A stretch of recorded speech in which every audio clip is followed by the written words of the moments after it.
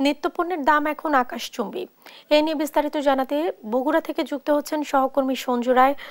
সঞ্জু, নিত্যপণ্যের দর কেন বাড়ছে? বিক্রেতাদের সাথে নিশ্চয়ই আপনার কথা হয়েছে দাম বৃদ্ধির বিষয়, কি বলছেন তারা, ক্রেতারাও বা কি বলছেন? জেসিকা, সবজি উৎপাদনের ক্ষেত্রে কিন্তু শুরু থেকে উত্তরবঙ্গের প্রাণকেন্দ্র এই বগুড়াকে উর্বর জেলা হিসেবে বিবেচনা করা হয়। বগুড়ার মহাস্থান হাট থেকেই কিন্তু উত্তরবঙ্গের বিভিন্ন জেলা সহ রাজধানী ঢাকা, চট্টগ্রামে প্রতিদিন ট্রাকে করে কিন্তু সবজি পাঠানো হয়। আসলে বগুড়ার মানুষ কিন্তু কাঁচা শাকসবজির জন্য অন্য কোনো জেলার উপর নির্ভরশীল নয়, কারণ এটি কৃষি নির্ভর একটি জেলা এলাকা এবং এই এলাকার যে কৃষকের নিজস্ব উৎপাদিত পণ্য তাই কিন্তু ভোক্তা পর্যায়ে কিন্তু সরাসরি চলে আসে পাইকারি এবং খুচরা ব্যবসায়ীদের মধ্য দিয়ে। তবে গেল কয়েকদিন থেকে টানা যেটি আমরা লক্ষ্য করছি, নিত্য প্রয়োজনীয় যে দ্রব্য আছে, চাল থেকে শুরু করে আলু এবং একইভাবে পেঁয়াজ থেকে শুরু করে পেঁপে, সবকিছুর দামই কিন্তু ঊর্ধ্বমুখী। বগুড়ার আজকে আমি যে বাজারটিতে দাঁড়িয়ে আছি, ফতে আলী বাজার, এই বাজারে কিন্তু সাধারণ যে ভোক্তা, খুচরা বাজার হিসেবে এটি পরিচিত। এই বাজারে যদি আমি একটু দামগুলো আপনাকে বলি, আলু বিক্রি হচ্ছে স্টিক আলু 60 টাকা কেজিতে এবং পাকড়ি যে আলু তা বিক্রি হচ্ছে 65 টাকা কেজি। এবং এই বাজারে সর্বনিম্ন যে পণ্যটি, সেই পণ্যটি হচ্ছে পটল, যা বিক্রি হচ্ছে কেজিতে 40 টাকা।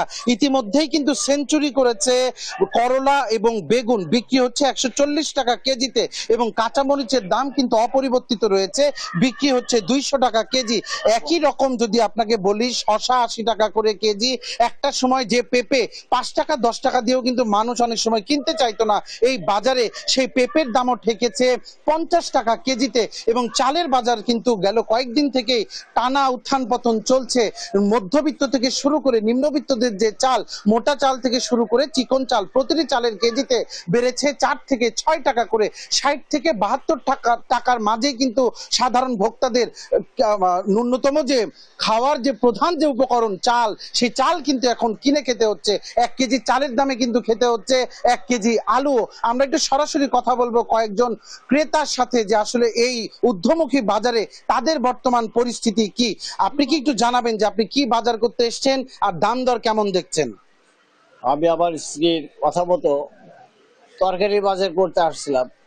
এখানে এসে যে ঊর্ধ্বগতি দেখছি, তাতে করে যে বাজারের কথা বলেছে অর্ধেক কেনার পর আমার টাকা শেষ।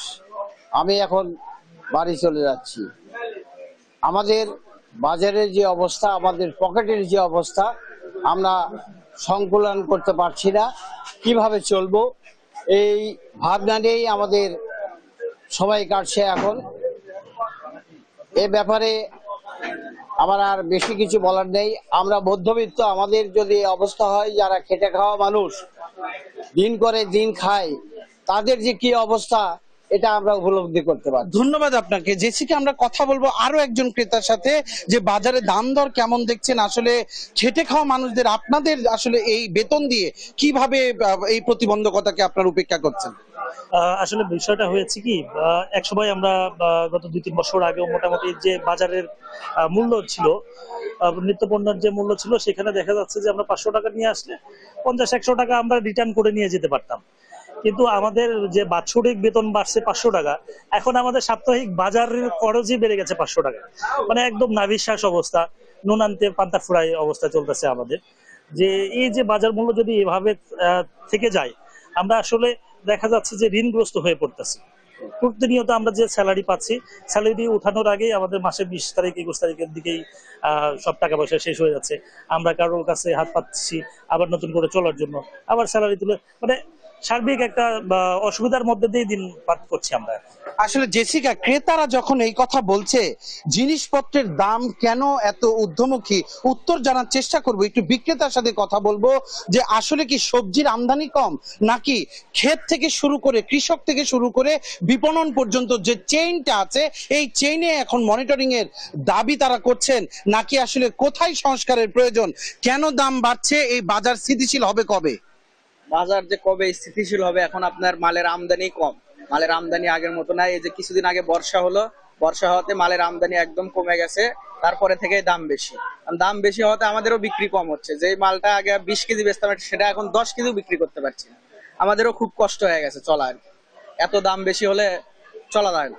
ধন্যবাদ আপনাকে জেসিকা। সাধারণ মানুষের প্রত্যাশা যে শুধুমাত্র এই খুচরা কিংবা পাইকারি এই ছোট ছোট ব্যবসায়ীদের মনিটরিং না, সাধারণ মানুষের নাগালের মধ্যে যে নিত্য প্রয়োজনীয় যে পণ্যগুলো রয়েছে সেই দামগুলো নিয়ে আসার জন্য যে যে জায়গায় কাজ করা দরকার, যে যে জায়গায় মনিটরিং করা দরকার, কৃষকের সবজির ক্ষেত থেকে শুরু করে কৃষি বিপণন এবং ভোক্তার হাত পর্যন্ত পৌঁছা পর্যন্ত যে যে জায়গায় কাজ এবং মনিটরিং করা প্রয়োজন তা কিন্তু করার দাবি জানিয়েছে সাধারণ মানুষ।